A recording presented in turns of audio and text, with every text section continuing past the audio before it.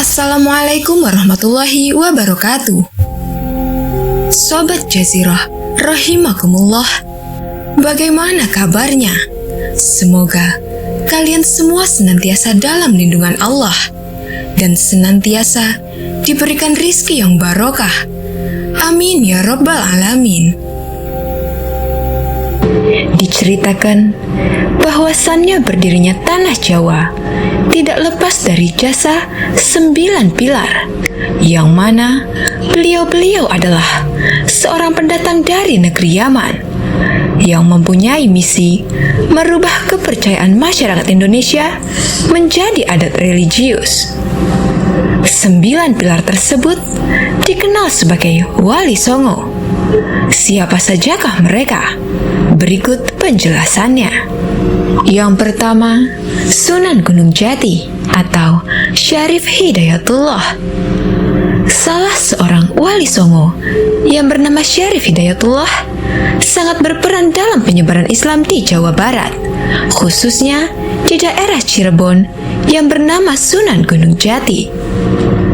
Sunan Gunung Jati merupakan pendiri dinasti Kesultanan Banten yang dimulai dengan putranya, Sultan Maulana Hasanuddin, dan atas prakarsa itulah Sunan Gunung Jati melakukan penyerangan kepada Sunda Kelapa pada tahun 1527. Di bawah pimpinan Fathahillah, Panglima Perang Kesultanan Demak juga membantu Sunan Gunung Jati. Yang kedua, Sunan Ampel atau Raden Rahmat. Sunan Ampel atau yang memiliki nama asli Raden Rahmat, beliau memulai dakwahnya dari sebuah pesantren yang didirikan di Ampel Denta atau dekat kota Surabaya. Karena itu, beliau dikenal sebagai pembina pondok pesantren pertama di Jawa Timur. Sunan Giri, Sunan Bonang, dan Sunan Derajat adalah murid-murid Sunan Ampel. Ketiga, Sunan Gresik atau Maulana Malik Ibrahim. Selain dikenal dengan nama Maulana Malik Ibrahim, Sunan Gresik juga dikenal dengan nama Maulana Maghribi atau Syekh Maghribi, karena beliau diduga berasal dari wilayah Maghribi, Afrika Utara. Namun, hingga kini belum diketahui secara pasti sejarah tempat dan tahun kelahirannya. Beliau diperkirakan lahir sekitar pertengahan abad ke-14. Beliau merupakan guru para wali. Sunan Gresik termasuk orang pertama yang masuk ke Pulau Jawa dan berasal dari keluarga Muslim yang taat, belajar agama Islam sejak kecil, namun juga masih belum diketahui siapa gurunya, hingga beliau menjadi seorang ulama. Keempat, Sunan Bonang atau Raden Makhdum. Sunan Bonang menyebarkan agama Islam dengan cara menyesuaikan diri terhadap corak kebudayaan masyarakat Jawa yang menggemari wayang dan musik gamelan. Hal tersebut beliau menciptakan gending-gending yang memiliki nilai-nilai keislaman. Setiap bait-bait lagu diselingi dengan ucapan 2 kalimat syahadat, sehingga musik gamelan yang mengiringinya kini dikenal dengan istilah sekaten. Kelima, Sunan Giri atau Raden Paku.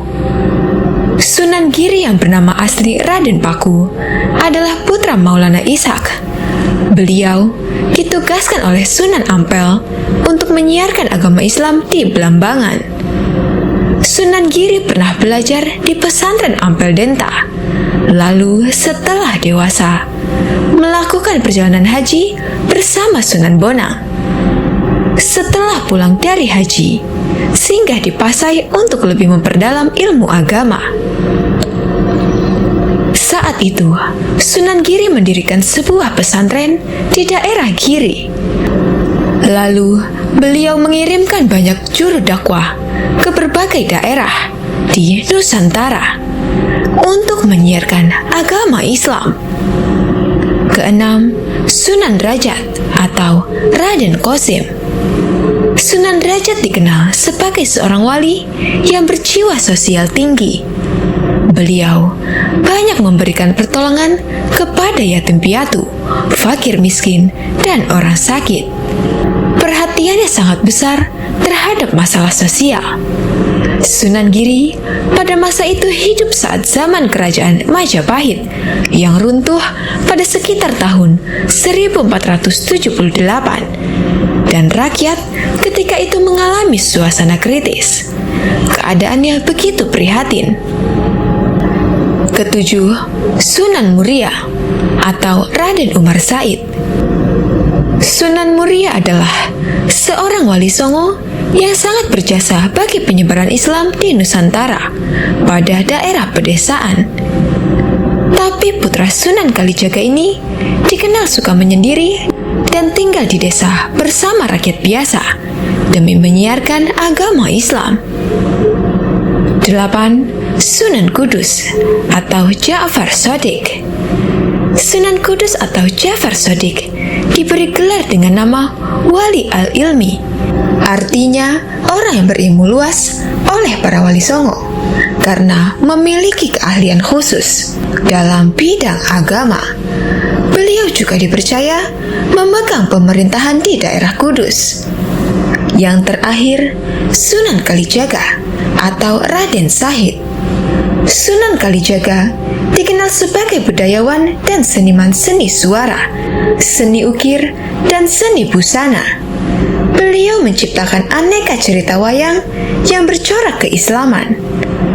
Sunan Kalijaga memperkenalkan bentuk wayang yang terbuat dari kulit kambing. Karena pada masa itu, wayang populer dilukis pada semacam kertas atau wayang beber. Dalam seni suara, beliau adalah pencipta lagu dan danggula. Wallahu a'lam bishawab. Semoga kita dapat meneladani kisah ini sehingga menambah kecintaan kita kepada negeri tercinta Indonesia. Kisah selanjutnya dijelaskan oleh beberapa ulama siapakah sebenarnya sosok Ali Imran. Padahal ia bukanlah seorang nabi, tapi namanya menjadi surah ketiga dalam Al-Quran. Bukanlah seorang nabi diabadikan oleh Allah Subhanahu wa Ta'ala menjadi nama surah ketiga di dalam kitab suci Al-Quran. Dialah Ali Imran atau keluarga Imran. Ali Imran ini adalah keluarga yang beranggotakan sedikit orang saja. Akan tetapi, ia memiliki kedudukan yang agung. Allah Subhanahu wa Ta'ala memilih mereka dibanding keluarga lainnya.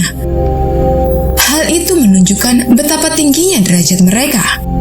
Lantas, jika Imran bukan nabi, kenapa Allah Subhanahu wa Ta'ala abadikan dalam Al-Quran?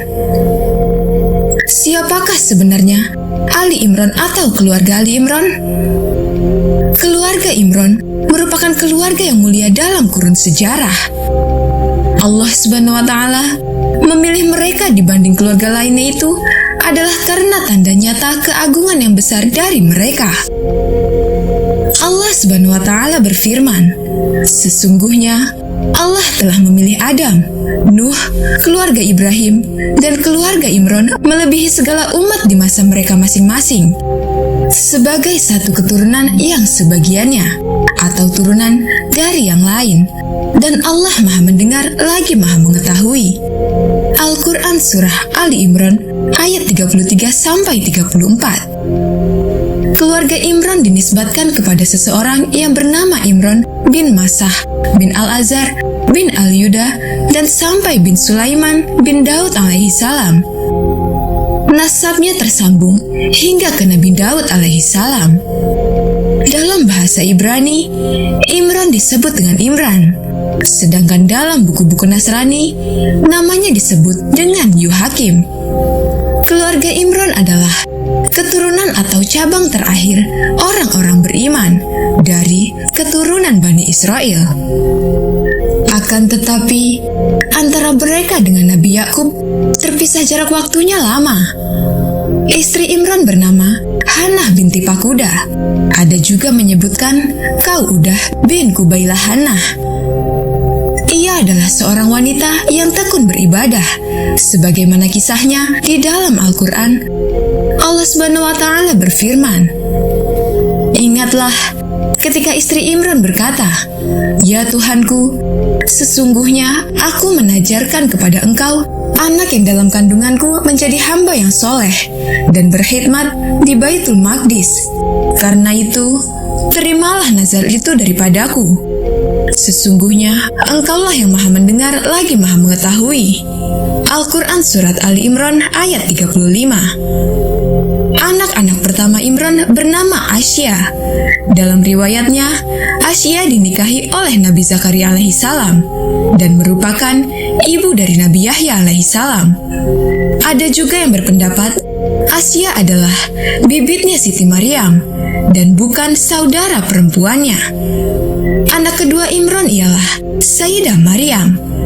Ia adalah wanita ahli ibadah dan suci yang merupakan ibunda dari Nabi Isa alaihissalam. Sayyidah Maryam adalah sosok wanita terbaik dan sempurna.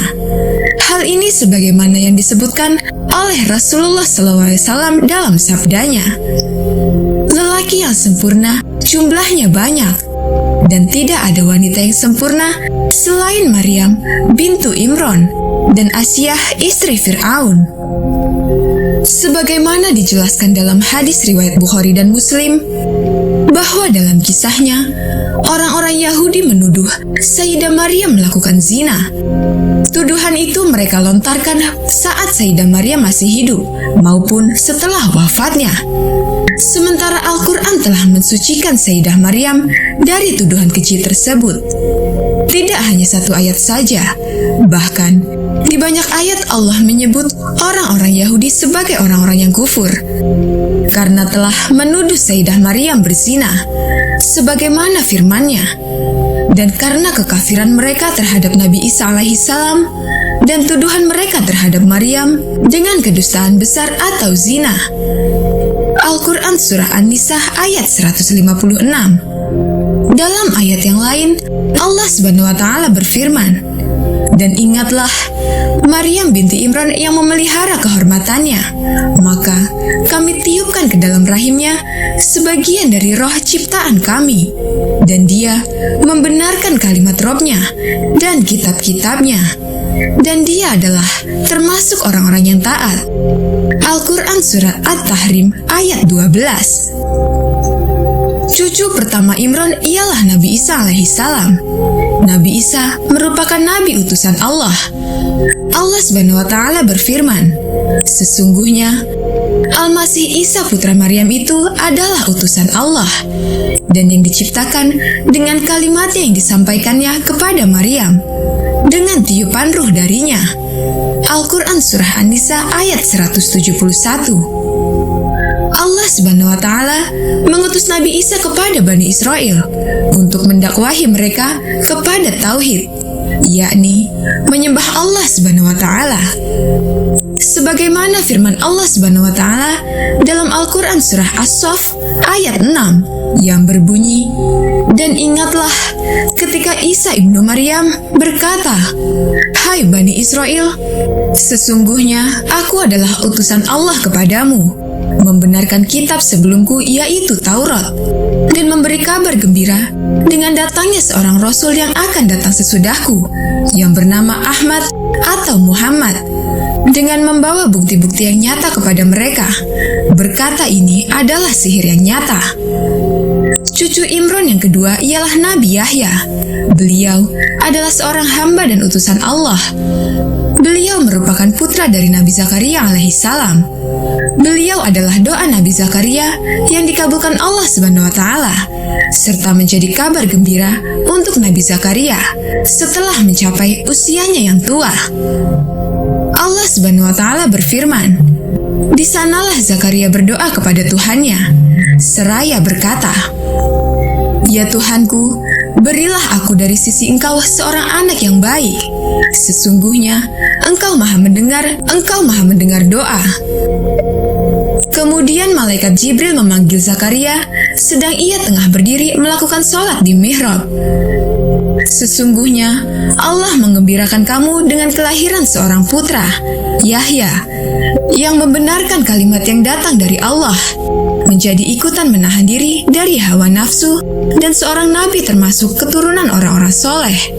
Al-Quran Surah Ali Imran ayat 38-39. Keistimewaan Nabi Yahya yaitu tak ada seorang pun sebelum beliau yang bernama Yahya. Sebagaimana juga dalam firman-Nya, "Hai Zakaria, sesungguhnya kami memberi kabar gembira kepadamu akan memperoleh seorang anak yang bernama Yahya, yang sebelumnya kami belum pernah menciptakan orang yang serupa dengan dia." Al-Quran Surat Maryam ayat 7. Nabi Yahya dikenal sebagai seorang pemuda yang cerdas. Allah Subhanahu wa Ta'ala memberi keistimewaan kepada akalnya, menganugerahkannya ilmu hikmah, dan menjadikannya gemar dalam beribadah. Beliau senantiasa duduk di majelis-majelis ilmu dan senang mengkaji Taurat, serta mengamalkan kandungan kitab suci itu. Beliau berbicara dengan kebenaran dan tidak takut kehilangan orang-orang yang mencela, dan tidak takut pula dengan ancaman orang-orang yang zalim. Bahkan Rasulullah SAW memuji Nabi Yahya dengan sabdanya, "Tidak pantas bagi siapapun untuk mengatakan bahwa aku lebih baik dari Yahya bin Zakaria." Lalu kami bertanya, "Wahai Rasulullah, mengapa demikian?" Beliau menjawab, "Tidakkah kalian mendengar bagaimana Allah Subhanahu wa Ta'ala menyebutkannya di dalam Al-Quran? Yahya, ambillah Alkitab atau Taurat itu dengan sungguh-sungguh, dan kami berikan kepadanya hikmah selagi ia masih anak-anak." Al-Quran Surah Maryam ayat 12. Rasulullah SAW membaca firman Allah Subhanahu wa Ta'ala yang mengatakan, "Menjadi panutan menahan diri dari hawa nafsu, dan seorang nabi termasuk keturunan orang-orang soleh." Al-Quran Surah Al-Imran ayat 39. Tidak pernah berbuat buruk sedikit pun dan tidak juga berkeinginan melakukannya. Hadis riwayat At-Tabrani. Keluarga Imran merupakan salah satu dari sebaik-baiknya keluarga yang Allah jadikan mereka mulia karena kesolehannya. Wallahu a'lam bishawab. Semoga dari kisah kali ini kita dapat menjadikannya pelajaran dalam kehidupan kita sehari-hari, dan mudah-mudahan Allah senantiasa menjaga iman dan ketakwaan kita semua. Amin ya robbal alamin. Kisah selanjutnya diceritakan, Nabi Lut ialah anak saudara kepada Nabi Ibrahim alaihissalam, yaitu ayahnya yang bernama Hasan bin Tareh. Nabi Lut diutuskan sebagai rasul kepada suatu kaum yang mendiami sepanjang timur laut, dari Israel hingga Yordania. Ibu kota Sodom terletak di bagian utara Basin, Laut Mati. Dan kami juga telah mengutus Lut kepada kaumnya. Ingatlah, tatkala dia berkata kepada mereka, "Mengapa kamu mengerjakan perbuatan fahisyah itu, yang belum pernah dikerjakan oleh seorang pun di dunia ini sebelummu? Sesungguhnya, kamu mendatangi lelaki untuk melampiaskan nafsumu kepada mereka, bukan kepada wanita. Malah kamu ini adalah kaum yang melampaui batas." Jawab kaumnya tidak lain hanya mengatakan, "Usirlah mereka, Lut dan para pengikutnya dari kotamu ini. Sesungguhnya mereka adalah orang-orang yang berpura-pura mensucikan diri." Quran Surah Al-A'raf ayat 80 hingga 82. Nabi Lut diutuskan oleh Allah kepada rakyat Sodom. Golongan masyarakat Sodom adalah masyarakat yang rendah paras moralnya serta rusak akhlaknya. Masyarakat Sodom tidak mempunyai pegangan agama atau etika kemanusiaan yang beradab. Maksiat dan kemungkaran kian merajalela dengan pergaulan hidup mereka. Pencurian serta perampasan harta merupakan kejadian sehari-hari. di mana yang kuat menjadi kuasa, sedangkan yang lemah menjadi korban penindasan dan perlakuan semena-mena. Maksiat yang paling menonjol yang menjadi ciri khas hidup mereka adalah perbuatan homoseksual di kalangan lelakinya, serta lesbian di kalangan wanitanya.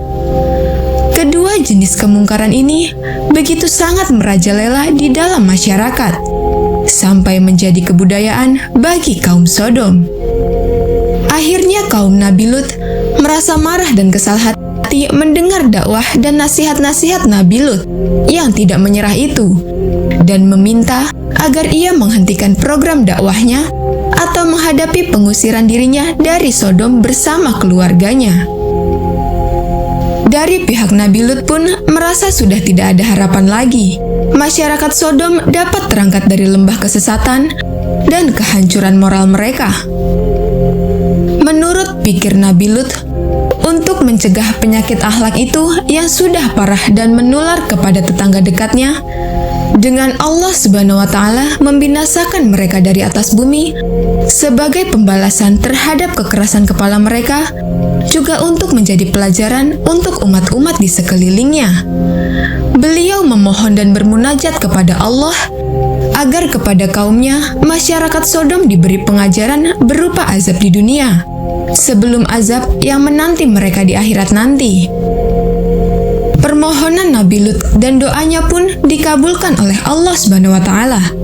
Kemudian dikirimkanlah kepadanya 3 orang malaikat menyamar sebagai manusia.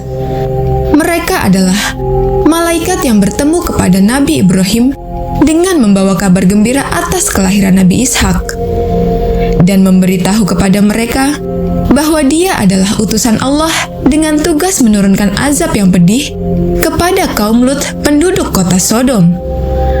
Dalam sebuah kesempatan, Nabi Ibrahim telah memohon agar penurunan azab atas kaum Sodom ditunda, jikalau mereka kembali sadar mendengarkan dan mengikuti ajakan Nabi Lut, serta bertaubat dari segala maksiat dan perbuatan yang mungkar. Juga dalam pertemuan itu, Nabi Ibrahim memohon agar anak saudaranya Nabi Lut diselamatkan dari azab yang akan diturunkan Allah atas kaum Sodom. Permintaan itu pun oleh para malaikat diterima dan dijamin bahwa Lut dan keluarganya tidak akan terkena azab. Para malaikat itu pun sampai di Sodom dengan menyamar sebagai lelaki muda dan berbadan kekar. Para malaikat itu pun sampai di Sodom dengan menyamar sebagai lelaki muda yang berwajah tampan dan berbadan kekar. Di dalam perjalanan mereka hendak memasuki kota, mereka bertemu dengan seorang gadis yang cantik dan ayu yang sedang mengambil sebuah perigi. Lelaki muda atau malaikat itu bertanya kepada si gadis, kalau mereka diterima ke rumah sebagai tamu. Si gadis itu pun tidak berani memberi keputusan sebelum ia berunding terlebih dahulu dengan keluarganya. Maka ditinggalkanlah para lelaki muda itu, lalu pulang ke rumah cepat-cepat untuk memberitahu ayahnya, yaitu Nabi Lut. Mendengar kabar berita anak perempuannya, Nabi Lut pun menjadi bingung. Jawaban apa yang harus ia berikan kepada para pendatang yang ingin bertamu ke rumahnya untuk beberapa waktu? Sedangkan menerima tamu yang berparas tampan itu akan mengundang resiko gangguan kepadanya dan kepada tamu dari kaum yang tergila-gila untuk melakukan hubungan seks lawan jenis dengan anak muda. Sedangkan jika hal yang demikian itu terjadi, ia sebagai tuan rumah harus bertanggung jawab terhadap keselamatan tamunya. Padahal ia merasa bahwa ia tidak akan berdaya menghadapi kaumnya yang bengis nan angkuh serta haus maksiat itu. Kemudian Nabi Lut pun memutuskan untuk menerima lelaki muda itu sebagai tamu di rumahnya. Lut hanya pasrah kepada Allah dan berlindung sekiranya terdapat segala rintangan yang akan datang. Lalu pergilah ia sendiri menjemput tamu yang sedang menanti di pinggir kota, dan diajaklah mereka bersama-sama ke rumahnya. Ketika itu, kota Sodom sudah diliputi kegelapan dan manusia sudah nyenyak tidur di rumahnya masing-masing. Nabi Lut pun telah berpesan kepada istri dan kedua putrinya agar merahasiakan akan kedatangan anak-anak muda itu, agar jangan sampai terdengar dan diketahui oleh kaumnya. Namun, kedegilan istri Nabi Lut yang juga sehaluan dan sependirian dengan penduduk Sodom telah membocorkan berita kedatangan tamu Lut itu kepada mereka. Berita kedatangan tamu Nabi Lut pun tersebar karena istri Nabi Lut. Lalu datanglah dengan beramai-ramai lelaki-lelaki Sodom yang buta seksual ini ke rumah Nabi Lut. Mereka berniat untuk memuaskan nafsu seksual mereka setelah lama tidak mendapat anak muda. Berteriaklah mereka semua memanggil Nabi Lut untuk lepaskan anak-anak muda itu, agar diberikan kepada mereka untuk memuaskan nafsu. Dengan teriakan mereka, Nabi Lut enggan untuk membuka pintu bagi mereka dan berseru agar mereka semua kembali ke rumah masing-masing dan jangan mengganggu tamu yang datang dari jauh yang sepatutnya dimuliakan dan dihormati. Mereka diberi nasihat agar meninggalkan perbuatan kebiasaan mereka yang keji itu. Perbuatan mereka yang bertentangan dengan fitrah manusia dan kodrat alam, di mana Allah telah menciptakan manusia berpasangan antara lelaki dengan perempuan untuk menjaga kelangsungan perkembangan umat manusia sebagai makhluk yang termulia di atas bumi. Nabi Lut berseru agar mereka kembali kepada istri-istri mereka dan meninggalkan perbuatan maksiat dan mungkar yang tidak senonoh itu, sebelum mereka diazab dan mendapatkan siksaan Allah yang sangat pedih. Seruan dan nasihat-nasihat Nabi Lut tidak dihiraukan dan diperdulikan. Mereka bahkan mendesak akan mendobrak pintu rumahnya dengan paksa jika pintu tidak dibuka dengan sukarela. Merasa dirinya sudah tidak berdaya untuk menahan arus orang-orang lelaki kaumnya itu, berkatalah Nabi Lut secara terus terang kepada para tamunya, "Sesungguhnya, aku tidak berdaya lagi menahan orang-orang itu. Aku tidak memiliki senjata dan kekuatan fisik yang dapat menolak kekerasan mereka. Tidak pula mempunyai keluarga atau sanak saudara yang disegani mereka yang dapat aku minta pertolongannya. Maka aku merasa sangat kecewa bahwa sebagai tuan rumah, aku tidak dapat mengalahkan gangguan terhadap tamu di rumahku sendiri." Mendengar keluhan Nabi Lut, lalu anak-anak muda itu memberitahu hal yang sebenarnya, bahwa mereka adalah malaikat-malaikat yang diutus oleh Allah untuk menurunkan azab dan siksa yang pedih atas rakyatnya karena segala kemungkaran dan kemaksiatan yang keji dan kotor. Malaikat-malaikat itu menyuruh Nabi Lut membuka pintu rumahnya seluas mungkin, agar dapat memberi kesempatan bagi orang-orang yang haus akan seks dengan lelaki itu untuk masuk. Namun malangnya, ketika pintu dibuka dan para penyerbu memijakan kaki untuk masuk, tiba-tiba gelaplah pandangan mereka dan tidak dapat melihat sesuatu apapun. Malaikat-malaikat tadi telah membutakan mata mereka. Lalu diusap-usap dan digosok-gosok mata mereka. Ternyata mereka sudah menjadi buta. Sementara itu, para penyerbu rumah Nabi Lut berbenturan antara satu dengan yang lain, berteriak-teriak, bertanya-tanya gerangan apa yang menjadikan mereka buta, dan mereka berseru kepada Nabi Lut agar meninggalkan segera perkampungan itu bersama keluarganya. Dan para malaikat berseru kepada Nabi Lut agar meninggalkan segera perkampungan itu bersama keluarganya, karena masanya telah tiba bagi azab Allah yang akan ditimpakan. Para malaikat berpesan kepada Nabi Lut serta keluarganya agar perjalanan keluar kota jangan seorang pun dari mereka menoleh ke belakang. Saat tengah malam, Nabi Lut keluar dari rumahnya bersama dengan keluarganya, yang terdiri dari seorang istri dan 2 putrinya. Mereka berjalan cepat menuju keluar kota, tidak menoleh ke kanan maupun ke kiri sesuai dengan petunjuk para malaikat yang menjadi temannya. Akan tetapi, si istri yang menjadi musuh dalam selimut bagi Nabi Lut tidak ragu untuk meninggalkan kaumnya Ia berada di belakang rombongan Nabi Lut, berjalan perlahan-lahan tidak secepat langkah suaminya. Dan ia tidak henti-hentinya menoleh ke belakang karena ingin mengetahui apa yang akan menimpa kaumnya.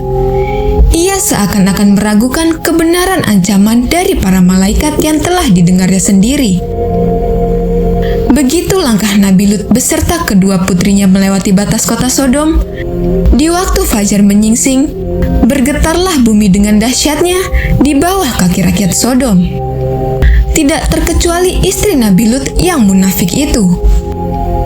Getaran itu merupakan suatu gempa bumi yang kuat dan hebat, disertai angin yang sangat kencang dan hujan batu sijil yang menghancurkan kota Sodom.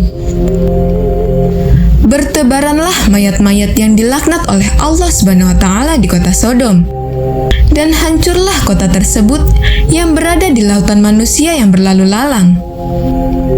Namun, Allah masih tinggalkan kesan-kesan kehancuran kota tersebut sebagai peringatan kaum yang kemudian melalui jalan tersebut. Demikianlah kebesaran dan ayat Allah yang diturunkan untuk menjadi pengajaran dan ibrah bagi hamba-hambanya yang mendatang. Kisah Nabi Lut terdapat pada 85 ayat dalam 12 surah. Di antaranya, Surah Al-Anbiya ayat 74 dan 75, Surah Asy-Syu'ara ayat 160 hingga ayat 175, Surah Hud ayat 77 hingga ayat 83, Surah Al-Qamar ayat 33 hingga 39, dan Surah At-Tarim ayat 10 yang mengisahkan istri Nabi Lut yang mengkhianati suaminya.